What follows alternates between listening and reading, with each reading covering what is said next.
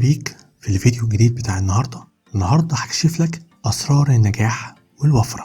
معاك أخوك محمد فتحي، والنهاردة هغير لك بجد تفكيرك عن الفلوس، وهتحس إن أنت بتتعامل مع لعبة. والكلام ده مش جاي مني، ده جاي من الأسطورة بوب بروكتر، اللي هيعلمك النهاردة أفكار قوية جدا إزاي تقدر تحول مرتبك أو دخلك اللي بتاخده في سنة كاملة في شهر واحد بس تقدر تاخده. أكيد أنت طبعا بعد كل اللي أنا قلته دوت حابب تكمل معايا الفيديو لغاية الآخر، فعايزك كده تصلي على النبي عليه الصلاة والسلام، تنساش تعمل لايك للفيديو عشان الفيديو ده يوصل لعدد كبير من الناس وناس كتير تستفيد زي ما انت برضو هتستفيد من فيديو النهاردة. معلومة مهمة جدا بيقولها لك بوب بروكتر كده في أول الفيديو: علشان تحول دخلك السنوي إلى دخل شهري، ده هدف طبعا كويس جدا منك، وناس كتير حول العالم بيتمنوا يحققوا الهدف دوت. في بقى قانون بيركز فيه بوب بروكتر بيحب يتكلم فيه الناس، واسمه قانون التعويض.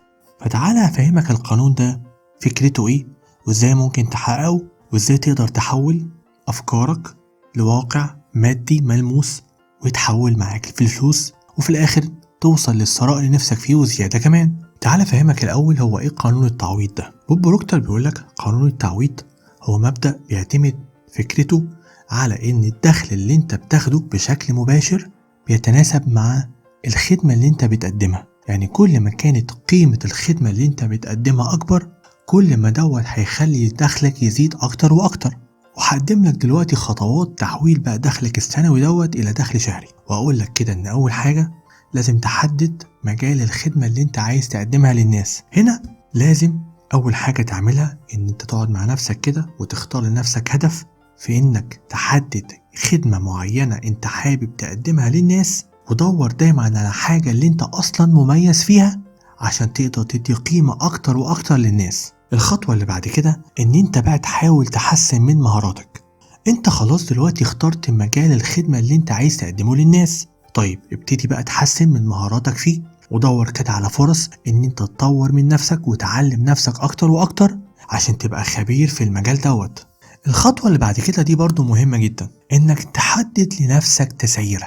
يعني بمعنى ان انت خلاص وصلت للخبرة، لازم طبعا لما حد يطلبك تقوله انا الخدمة بتاعتي بعملها بالمبلغ الفلاني، او بالمبلغ اللي انت شايف ان هو هيديلك قيمتك وزيادة كمان. انت هنا لما هتوصل للمبلغ اللي انت عايزه هتعرف تدي اكتر واكتر، وهيستفيد منك الناس اكتر واكتر. في الاول ممكن ما تلاقيش حد اصلا يطلب منك الخدمة اللي انت عرفت تتعلمها بقيت اصلا خبير فيها. فانت هنا بقى في الخطوة الرابعة دي لازم تكون لنفسك شبكة علاقات من العملاء، وتكون شبكة علاقات قوية، يعني تعرف عملاء كتير. انت هنا هتستفيد من العملاء دي بعد ما تتعرف عليهم، وتقدر تعمل كده طبعا من خلال وسائل التواصل الاجتماعي او السوشيال ميديا بشكل عام، او علاقاتك الشخصية، عشان توسع من نطاق شغلك وتقدر توصل لأكبر عدد من العملاء.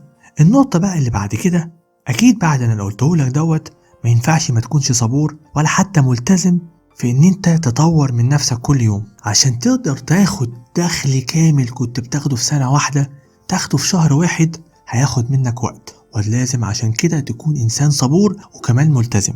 النجاح ما بيجيش بسرعة، النجاح بياخد وقته، فخليك ملتزم في انك تقدم افضل خدمة للناس، وتستمر دايما في انك تحسن من نفسك. خلي بالك لما انت تحسن من نفسك وتقدر توصل للدخل اللي انت نفسك توصل له، خلي بالك ده مش هدف مالي وبس، لا بالعكس، ده انت هنا بتحسن من جودة حياتك بشكل عام.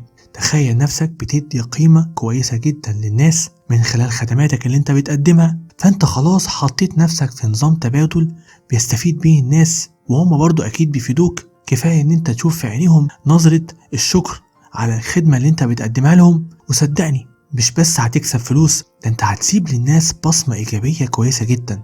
وبوب بروكتر على فكرة بعد ما جرب كتير جدا وعاش قانون التعويض دوت، قدر يكون ليه تأثير كبير جدا على أكتر من شخص، وغير حياتهم المالية وخلاها في حتة تانية خالص. بعد ما طبعا الناس، وانت اكيد لازم تكون واحد منهم برضو اللي تسمع له، لان الراجل ده بيقول نصايح كويسة جدا جدا وغير حياة ناس كتير.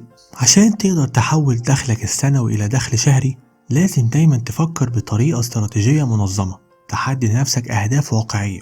انت دلوقتي اخترت خدمة او اتنين هتقدمهم للناس، لازم اصلا تعرف ان الخدمات دي الناس بتدور عليها. وخلي بالك قانون التعويض ده مش كلام بيتقال وخلاص، لا بالعكس، في ناس كتيرة جدا قدرت تطبقه بعد ما قالوا بوب بروكتر وحياتهم اتغيرت بنسبة 100%. عايزك بس الأول تتذكر الآية اللي بتقول إن الله لا يضيع أجر من أحسن عمل. اجتهد وهتلاقي ربنا سبحانه وتعالى هيفتح عليك. وما تنساش انت اصلا بتتعلم وبتطور نفسك في مهارة او في خدمة انت اصلا بتحبها، وبعد كده هتقدم خدمات للناس، فهتلاقي نفسك بتعمل شغلك ده او الخدمة دي بتعملها للناس وانت في قمة سعادتك.